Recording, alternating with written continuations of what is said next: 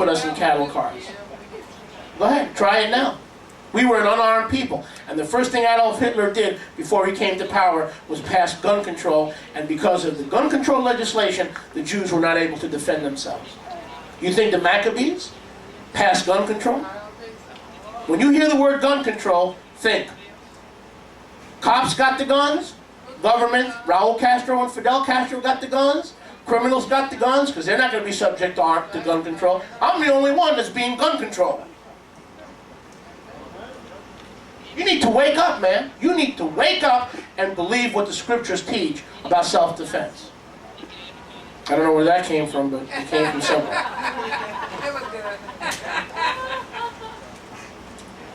If we perish, we perish.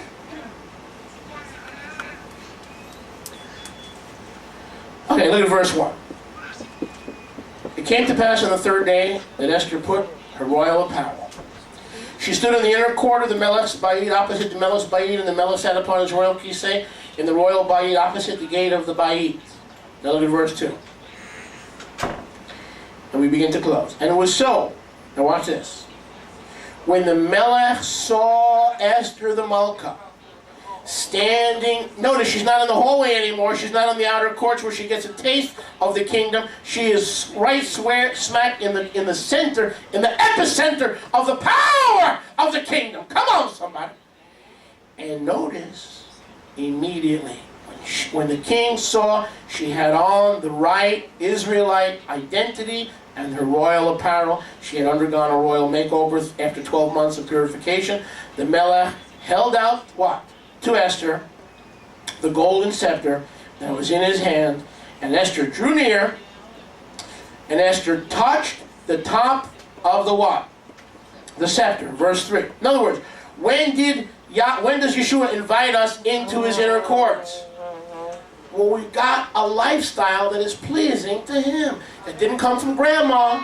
It didn't come from grandpa. It didn't come from Pastor McGillicuddy, because in the end, Jeremiah 16:19, the nations will come back to Yahweh repenting and saying, surely our fathers and grandfathers have taught us nothing but lies and nothing but vanity. And Yahweh says, when you make that confession, I will cause you to know my hand, I will cause you to know my might, and I will cause you to know that my name is Yahweh, somebody.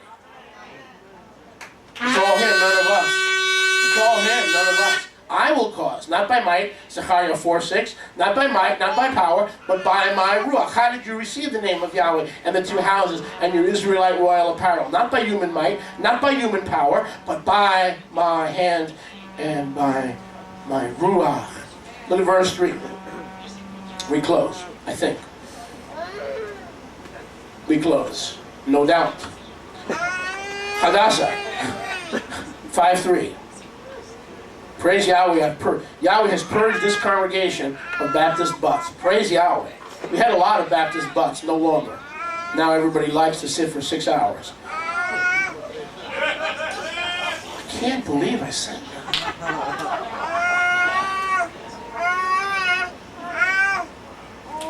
I did it again, Rachel. I did it again. Baruch Hashem, Yahweh.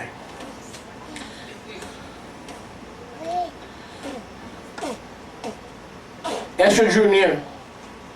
She touched the top of the scepter without fear. Notice, when you know who you are, you have no fear of your king. You have no fear of approaching him in intimacy. Then said the Melech to her, what do you desire, Malki Esther? You look beautiful with the tzitzit, with a head covering, you have a royal apparel. You've been purified by Torah. You've been purified by the Moadim. You've been purified by the name of Yahweh.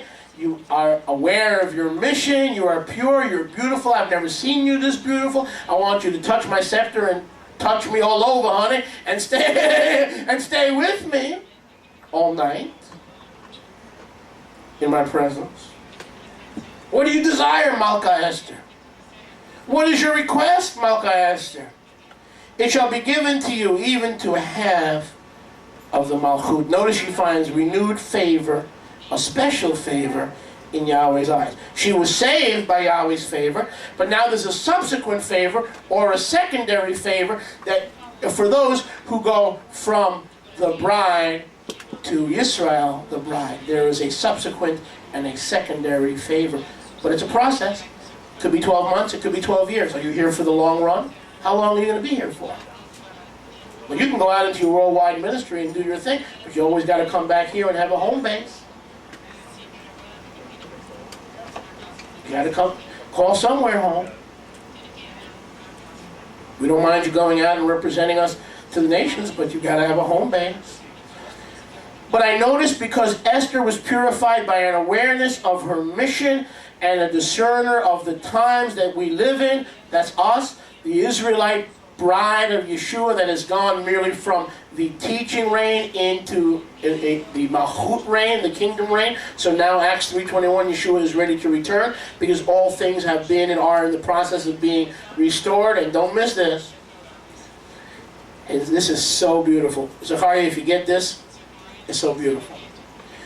Because Esther is now time sensitive and mission sensitive and aware of her mission in life, not just to fill a pew, the king says, "You look fine, honey." And those Israelite garments, that royal apparel, turns me on. I'm going to give you 1/2 of the kingdom. What is that? And is Esther, why is it 1/2 of the kingdom? Because who does Esther represent? The northern half of the kingdom of David that has to come back. So the king is Yeshua, who knows Esther's heart. And Esther's heart is the preservation of the Jews, the southern kingdom, and the return of the virgins to go with her into the king's inner court.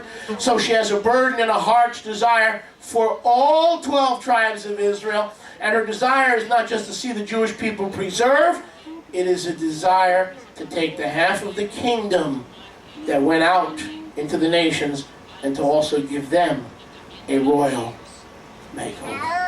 We love you. Peace. Shabbat Shalom. Music, please.